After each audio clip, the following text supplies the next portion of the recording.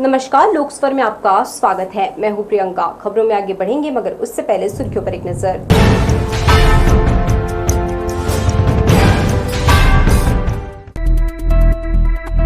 मुख्यमंत्री विष्णुदेव साय की बड़ी घोषणाएं, महंगाई भत्ता बढ़ा, पीडीएस में चना वितरण पर फैसला। मितानिनों का धरना, मानदेय वृद्धि और संविलियन की मांग पर सरकार से टकराव।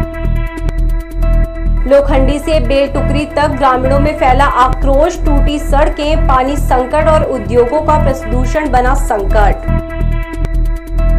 और ई चालान से बचने नंबर प्लेट छुपा रहे चालक, कलेक्ट्रेट के बाहर यातायात नियमों की रोज उड़ रही धज्जियां। तो ये थी सुर्खियां, अब खबरें विस्तार से। मुख्यमंत्री विष्णुदेव साय की अध्यक्षता में हुई मंत्रिपरिषद की बैठक में कई अहम फैसले लिए गए। बैठक में यह तय किया गया कि अनुसूचित क्षेत्र और माड़ा पॉकेट में रहने वाले अंत्योदय और प्राथमिकता श्रेणी के परिवारों को सार्वजनिक वितरण प्रणाली के तहत हर माह मिलने वाले 2 किलो चना अब ई ऑक्शन प्लेटफॉर्म के माध्यम से खरीदा जाएगा। साथ ही जुलाई 2025 से नवम्बर 2025 तक जिन हितग्राहियों को चना नहीं मिल सका है, उन्हें पात्रता अनुसार दिसंबर 2025 तक यह चना उपलब्ध कराया जाएगा। कैबिनेट का एक और बड़ा फैसला नवा रायपुर के लिए रहा। आईटी और आईटीईएस उद्योग को बढ़ावा देने के लिए 90 एकड़ जमीन रियायती दर पर कंपनियों को आवंटित। विष्णुदेव साय ने राज्य के अधिकारियों और कर्मचारियों के लिए बड़ी घोषणा की है। मुख्यमंत्री ने महंगाई भत्ते में 2% की वृद्धि का ऐलान किया है। अब छत्तीसगढ़ के कर्मचारियों को केंद्र के बराबर 55% महंगाई भत्ता मिलेगा। भारत सरकार में जो वहाँ के अधिकारी कर्मचारी हैं, उनको DA 55% मिल रहा है महंगाई भत्ता, और हम लोग छत्तीसगढ़ के अंदर 53% दे रहे हैं। तो आने वाले समय में दीपावली का भी त्यौहार है, प्रकाश पर्व आ रहा है, तो हम लोग भी छत्तीसगढ़ के हमारे अधिकारी कर्मचारियों को मतलब 55% केंद्र के बराबर DA महंगाई भत्ता देंगे, इसकी आज घोषणा कर। ठीक है। सरकंडा इलाके में सोमवार शाम पुलिस ने कोनी रोड स्थित महावीर अग्रवाल बाड़ा में छापा मारकर जुआ खेल रहे 9 जुआरियों को पकड़ा। जुआरियों से 41,505 रुपए नगद और 11 मोबाइल फोन बरामद किए हैं। खास बात यह है कि आरोपी ताश की पत्तियों और प्लास्टिक के कॉइन से दाव लगा रहे थे। पुलिस के हत्थे चढ़े सभी शहर में महापौर पूजा विधानी के देवर विजय विधानी का नाम भी सामने आया है। थाना प्रभारी नीलेश पांडे ने बताया कि जुआ खेलते 9 आरोपियों को गिरफ्तार किया गया है। सभी पर छत्तीसगढ़ जुआ प्रतिषेध अधिनियम 2022 की इस कार्यवाही के बाद शहर में हड़कंप मच गया है, क्योंकि इस जुआ कांड में सीधे सीधे बड़े नाम सामने आए हैं। थाना सरकंडा में एक मुखबिर सूचना पर जो है जुए पर कार्रवाई की गई है। लोधीपारा स्थित एक मकान में जो है अवैध रूप से जुआ में हार जीत का दांव लगाकर जुआ खेला जा रहा था, जहां रेड कार्रवाई कर 9 लोगों को हिरासत में लिया गया है, जिनके कब्जे से करीब 41,505 रुपये नकदी रकम, कुछ क्वाइन और ताश पत्ती जब्त किया गया है। आरोपियों के संबंध में जो है जुआ निषेध अधिनियम के तहत जो है कार्रवाई की जा रही है। नगर निगम के जोन क्रमांक 5 में संपत्ति कर के बकायेदारों की एक बैठक बुलाई गई, जिसमें बड़े बकायेदार नहीं आए। अब निगम के पास उन्हें नोटिस शामिल करने के लिए अमला तक नहीं है। ऐसे में टैक्स की वसूली होना नामुमकिन है। आज जोन 5 की राजस्व शाखा की बैठक ली गई है और राजस्व वसूली में तेजी लाने के निर्देश दिए गए हैं। वसूली हो रही है, जिस हिसाब से गवर्नमेंट की तरफ से टारगेट फिक्स किया गया है, उसके अनुरूप ही अभी वसूली का प्रयास चल रहा है और नियमित रूप से वसूली का कार्य जारी है। कुछ वार्ड में जो परिसीमन के पश्चात कुछ करेक्शन करना है डेटा में, तो उसके लिए भी निर्देश दिए गए हैं।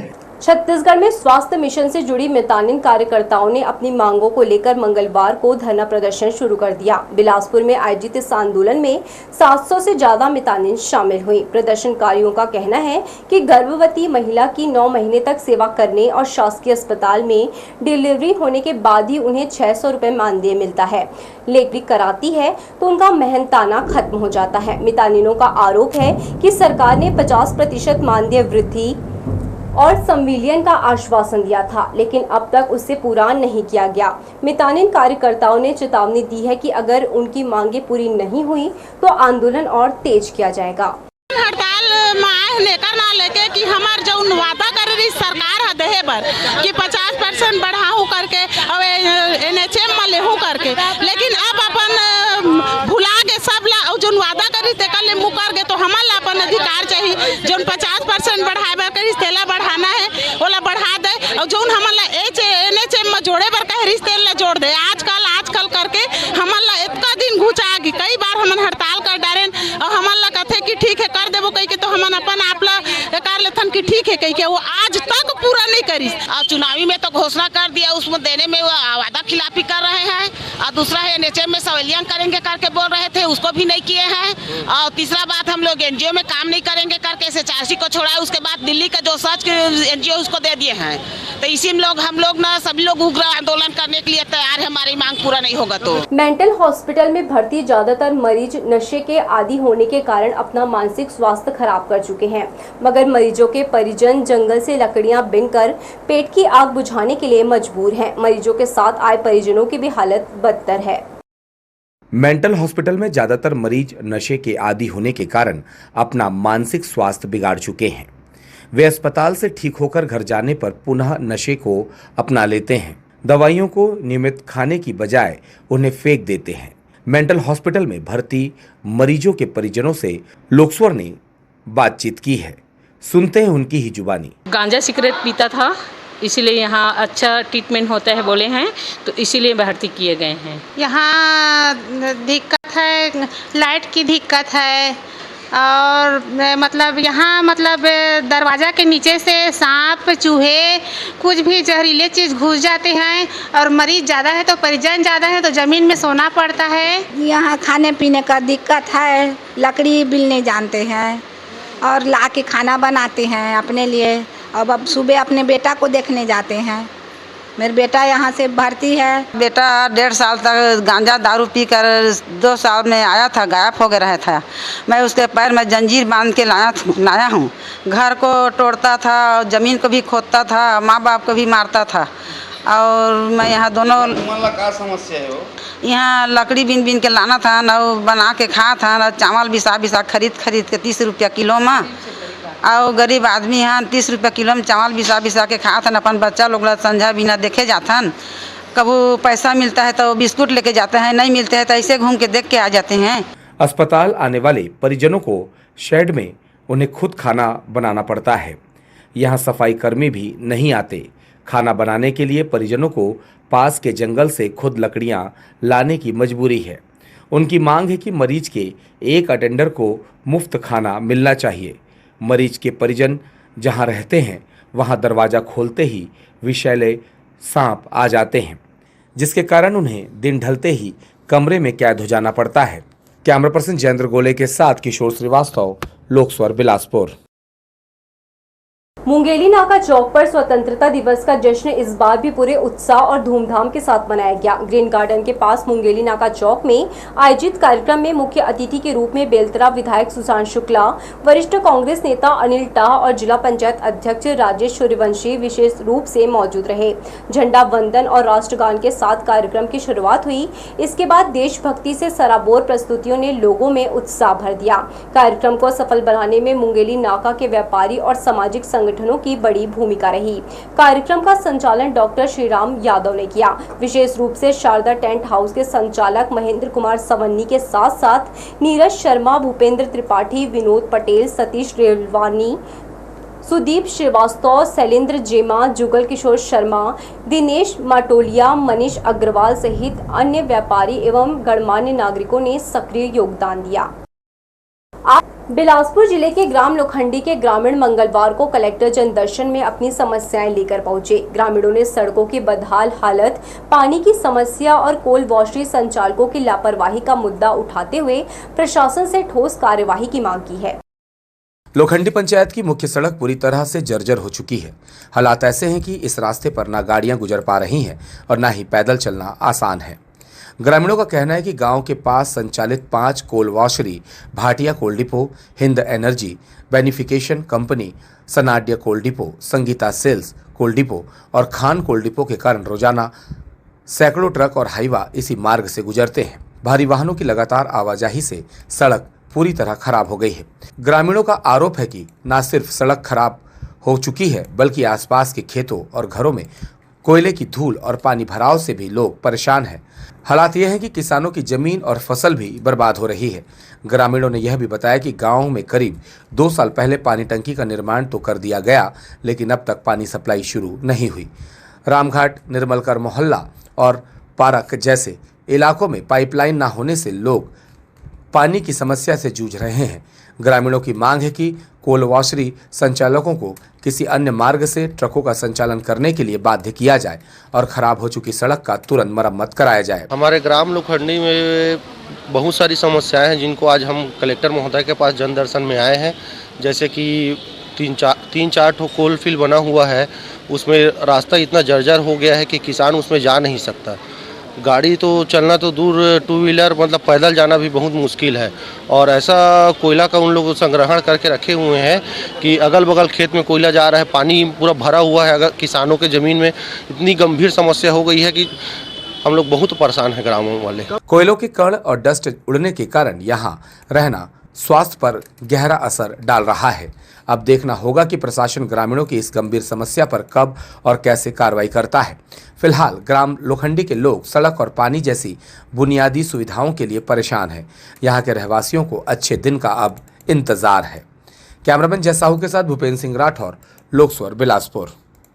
प्रदूषण से परेशान ग्रामीण अब प्रशासन के दरवाजे खटखटा रहे हैं। मंगलवार को पाराघाट, बेलटुकरी और भनेसर गांव के लोग अपने सरपंचों के साथ कलेक्ट्रेट पहुंचे और कलेक्टर से गुहार लगाई। ग्रामीणों का आरोप है कि बीते 15 वर्षों से संचालित राशि स्टील एवं पावर प्लांट से निकलने वाला गंदा पानी सीधे नदी में छोड़ा जा रहा है। इससे न सिर्फ नदी के जीव जंतु खतरे में हैं, बल्कि गाँव के पेयजल स्रोत भी प्रदूषित हो रहे हैं। आम लोगों के स्वास्थ्य पर भी इसका गंभीर असर पड़ रहा है। ग्रामीणों ने चेतावनी दी है कि अगर जल्द ही समाधान नहीं हुआ तो बड़े आंदोलन के लिए मजबूत होंगे। हमारे वो लीलागर नदी है और हमार जीवन दायनी है उस आसपास के, और वो जीवन दायनी है तो यहाँ कोलवासरी के पानी डाल दे है तो वो पानी प्रदूषित हो गए है और वो कोलवासरी खोले के वजह से हमारे आसपास के जल स्रोत तक खराब हो गए। तो हम गंदा पानी पिए ला बाध्य हो गए हैं, जेकर वजह से हमारे आसपास में बीमारी के अलग प्रभाव है। और दूसर बात ये है कि नदी में गंदा पानी छोड़े के वजह से और तेकर वजह से ओमा के जीव जंतु है जिन मछली वछली सब खत्म हो गए हैं। सोमवार की शाम राघवेंद्र राव सभा भवन परिसर में सुरों की शाम तिरंगे के नाम कार्यक्रम आयोजित किया गया, जिसमें शहर के पत्रकारों ने अनूठी पहल करते हुए देशभक्ति गीतों के माध्यम से आजादी का जश्न मनाया। आजादी के 78 वर्षों की गौरव गाथा को सुरों और शब्दों के जरिए जन जन तक पहुंचाना और युवाओं में देशभक्ति की भावना को जागृत करना कार्यक्रम का मुख्य उद्देश्य रहा। शहर के गायकों ने एक से बढ़कर एक देशभक्ति गीतों की प्रस्तुति देकर श्रोताओं को भाव विभोर कर दिया। कार्यक्रम में पत्रकारों के साथ साथ शहर के गणमान्य नागरिक, सामाजिक कार्यकर्ता और संगीत प्रेमी बड़ी संख्या में उपस्थित रहे।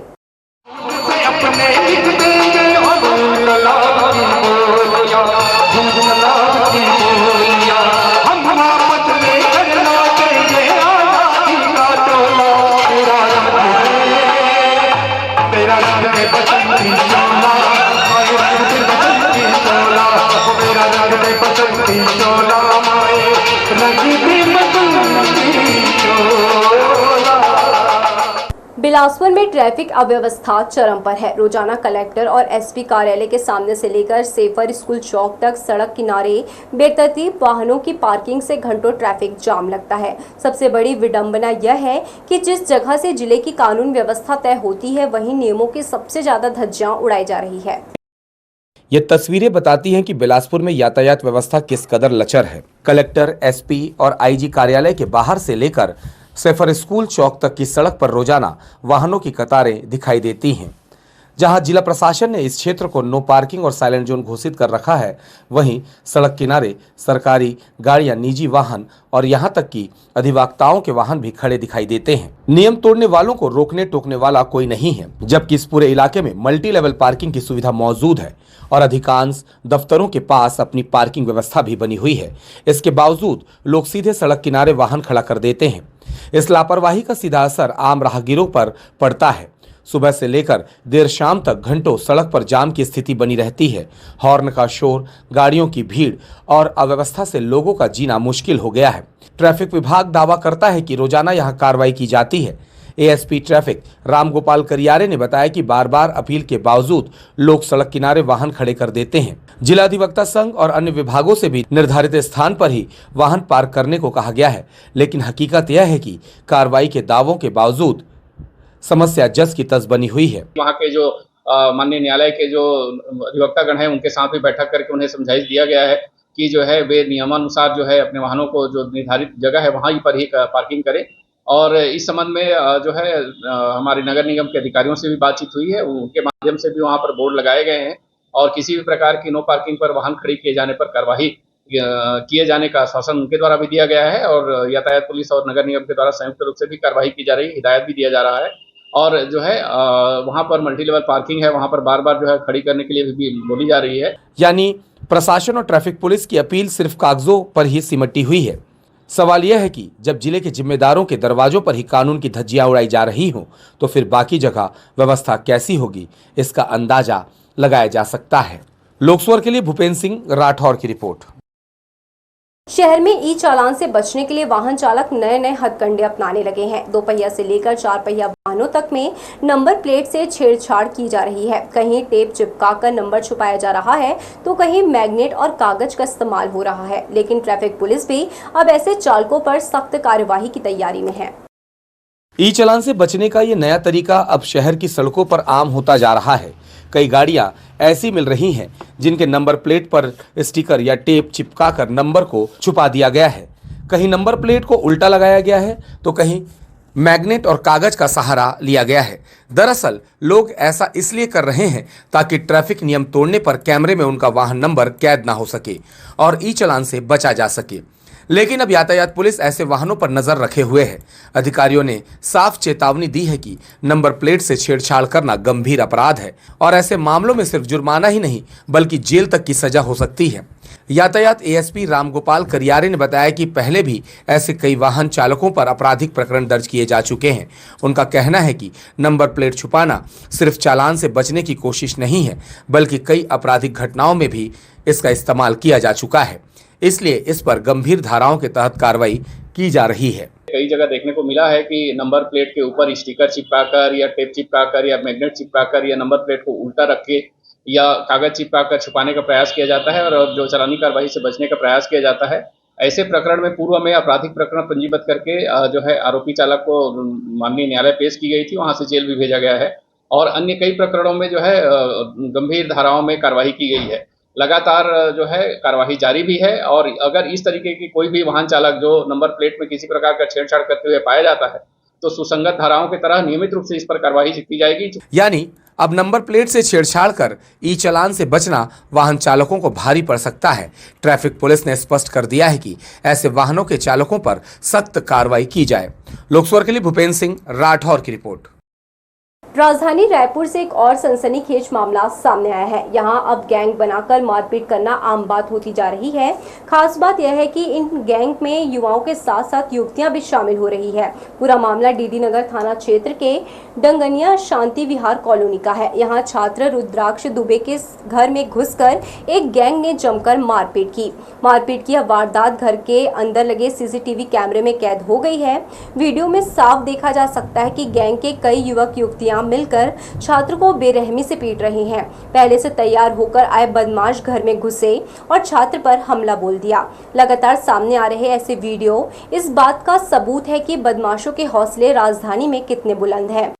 पुलिस अधीक्षक भोजराम पटेल द्वारा ऑपरेशन बाज के तहत सूखा नशा जैसे ब्राउन शुगर, चरस, अफीम की तस्करी और बिक्री करने वाले की गिरफ्तारी कर शहर में जुलूस निकालकर तस्करों और बिक्री करने वालों को हम हैं नशे के सौदागर, हमसे बचिए और अपने बच्चों को भी बचाइए का नारा लगवाते हुए पूरे शहर में पैदल घुमाया और युवा पीढ़ियों को जागरूक किया गया। वहीं आरोपियों के खिलाफ प्रतिबंधात्मक कार्यवाही के तहत जेल दाखिल किया गया। मुंगेली पुलिस अधीक्षक ने युवाओं और नागरिकों से अपील की है कि आम जगहों पर नशा करने वाले और अवैध रूप से नशा तस्करी बिक्री करने वालों की गोपनीय रूप या राष्ट्रीय नशा मुक्ति हेल्पलाइन नंबर 1933 में कॉल कर सूचित कर उनके खिलाफ कार्यवाही कराने और युवा नशा मुक्त व सकारात्मक दिशा में आगे बढ़ें, नशे से दूर रहें और लोगों को जागरूक करें।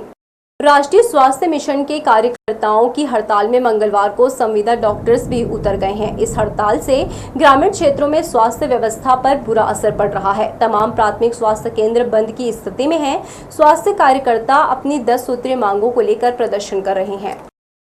राष्ट्रीय स्वास्थ्य मिशन के स्वास्थ्य कर्मचारियों की हड़ताल में मंगलवार को संविदा डॉक्टर्स भी शामिल हो गए। इससे जिले की स्वास्थ्य व्यवस्था पूरी तरह चरमरा गई है। ग्रामीण क्षेत्रों के प्राथमिक स्वास्थ्य केंद्र तो पूरी तरह बंद हो गए हैं। इस स्थिति में गांव में रहने वाली एक बड़ी आबादी के स्वास्थ्य का भगवान ही मालिक है। इस मामले में विज्ञापन दिए गए, उनसे चर्चाएं की गई हैं। इनके 15-20 सालों से जो इनकी मांगें हैं चली आ रही, नियमितीकरण की मांग है, इंक्रीमेंट की मांग है, इनकी जो अभी भी इनकी जो सेवाएं हैं वो सेवाएं जो हैं नियमित नहीं हैं, अधूरी हैं, असुरक्षित है। इनका परिवार उसमें भी असुरक्षित है। आज 20 साल की नौकरी के बाद भी उनकी सर्विस जो है रेगुलर नहीं है। कल को उनको नौकरी से निकाल दिया जाए तो उनका परिवार किस तरह से पलेगा, जीवन यापन करेगा। लंबे समय से इनकी मांगें जो है सरकार सुनती तो है मगर उस पर कोई कार्रवाई नहीं करती। संविदा कर्मचारी किसके हैं? National health mission. ये कर्मचारी जो है हेल्थ मिशन को आगे बढ़ा रहे हैं। मतलब सारे लोगों के हेल्थ की गारंटी ये संविदा कर्मचारी लेते हैं, लेकिन दुर्भाग्य की बात यह है कि उनके स्वयं का हेल्थ मिशन जो है वो अधूरा है, क्योंकि उनको ऐसा कोई भी राहत नहीं मिल पा रहा है। और जब तक किसी इंसान का बेस मजबूत नहीं हो तो उस सारी चीज़ों से आप सेवाओं की उस किस्म की गारंटी आप कैसे ले सकते हैं? बहरी सरकार है, गूंगी सरकार है, वो बोलना और सुनना सीख जाती है आपके माध्यम से। आपको पहले भी बता रहा हूँ कि जैसे 1 मई को हम लोगों ने धरना प्रदर्शन किया था तो स्वास्थ्य सचिव महोदय के आग्रह पे हम लोगों ने बिना घेराव किए ही उनकी बातें मांग ली थी। 2 दिवस का हम लोगों ने जो है वो फिर आंदोलन किए थे ताकि सरकार जागे। आज पुनः नहीं जागने के कारण हम यहाँ पे इस स्थिति पे पहुँचे हैं। ये हमारे लिए भी बहुत दुखद होता है कि हम अपनी सेवाएं नहीं दे पा रहे हैं, पर सरकार को भी चाहिए कि आपको बताना चाहूँगा कि 16,000 रुपये का जो तनख्वाह पाता है हमारे यहाँ, जो दिन रात खपता है 24/7 लोगों की सेवा देता है, उसका भी पीएफ नहीं कटता है। एनएचएम के स्वास्थ्य कर्मचारी ऐसे शासकीय कर्मचारी हैं जिन्हें मानदेय के अतिरिक्त जीपीएफ, मेडिकल भत्ते और छुट्टियों की पात्रता नहीं है। 15-20 दिन की जरूरी छुट्टी के बाद उन्हें स्वास्थ्य सेवा फिर से ज्वाइन करने के लिए स्वास्थ्य मंत्रालय में जाना पड़ता है। इस हड़ताल से अस्पतालों में नवजात शिशुओं की देखभाल करने वाला कोई नहीं रह गया है। वे मंगलवार से अनिश्चितकालीन हड़ताल पर चले गए हैं। कैमरा पर्सन जयेंद्र गोले के साथ किशोर श्रीवास्तव, लोकस्वर, बिलासपुर। शासकीय उद्यानिकी विभाग की बगिया में इन दिनों ठंड में खिलने वाले पौधों की मांग है। पौधे खरीदने वाले पर्यावरण ऑक्सीजन देने वाले पौधे के बारे में पूछताछ कर रहे हैं। घरों में छोटी सी बगिया लगाने का नया शौक लोगों में पनपा है। शासकीय उद्यानिकी विभाग की नर्सरी में इन दिनों ठंड के दिनों में खिलने वाले फूल पौधों की काफी मांग है। आम लोगों में बदले हुए परिवेश में पर्यावरण के प्रति जागरूकता आई है। वे घरों में छोटा सा ही सही लेकिन हरी भरी बगिया रखने लगे हैं। जिन घरों में बगिया होती है वहां का तापमान भी कम रहता है और वातावरण खुशगवार रहता है। इसका मानसिक स्वास्थ्य पर अच्छा असर पड़ता है। ये बगिया में ठंडी का बहुत से वैरायटी आता है। उसमें गजनिया, देंथस, साल्विया, डहलिया, पिटूनिया, डहलिया एवं अन्य प्रकार के सीजनली पौधे का यहाँ उचित मूल्य में शासकीय रेट में विक्रय किया जाता है। एवं फलदार में आम, कटहल, जामुन, आंवला, सीताफल एवं शोभायमान में ऑर्नामेंटल में क्रोटन, रेसिना, विद्या, golden cypress, pencil pine, green cypress एवं अन्य प्रकार के पौधे का सेलिंग किया जाता है। ठंड के दिनों के लिए यहाँ पौधों की नई प्रजातियां हैं जिनमें सेवंती, गेंदा, डहरिया, पिंटोनिया, डेंथस, इम्प्रेशन और विभिन्न प्रकार के हैज उपलब्ध हैं। इन्हें लेने के लिए बड़ी संख्या में पर्यावरण प्रेमी आ रहे हैं। आजकल ऑक्सीजन उत्सर्जित करने वाले पौधों की भारी मांग है। कैमरा पर्सन जयेंद्र गोले के साथ किशोर श्रीवास्तव, लोकस्वर, बिलासपुर। शहर की सड़कों और चौक चौराहों में गंदगी के बीच खाद्य सामग्रियां बिक रही है। त्योहार बीत गए, लेकिन खाद्य सुरक्षा विभाग ने किसी भी होटल में मिलावटी पदार्थों की जांच तक नहीं की। अब विभाग जांच करने की बात कह रहा है। विभाग को लोगों के स्वास्थ्य की कितनी चिंता है, इसका पता चलता है। इस तरह से जो भी विक्रय कर रहा है ये तो गलत है। हम लोग बार बार उनको जो हिदायत देते हैं, ढक के रखने की हिदायत दी जाती है, लाइसेंस पंजीयन लेने की हिदायत दी जाती है। इस पर हम लोग बार बार जांच अभियान भी बीच बीच में चलाते हैं। और अभी फिर से जो है ना हम लोग को शिकायतें मिल रही हैं कि उनके द्वारा बरसात के मौसम में खुले में वितरण किया जा रहा है और लोगों को भी जागरूकता की ज़रूरत है। और हम लोग भी कल से आज से फिर विशेष अभियान के तहत इस पर कार्रवाई हम लोग चालू करेंगे और उनको जो कोशिश करेंगे कि हम लोग जो है ना उनको जो है ना ढक के रखने के लिए, ताकि वहाँ पर मक्खियाँ न रहें, साफ सफाई रखें, इस तरह से वो सामग्री का वितरण कर सकें। तो ये थी हमारी लोकसभा की तमाम खबरें। अगले बुलेटिन में आपसे फिर होगी मुलाकात। तब तक के लिए पूरी टीम के साथ प्रियंका को दीजिए इजाजत। नमस्कार।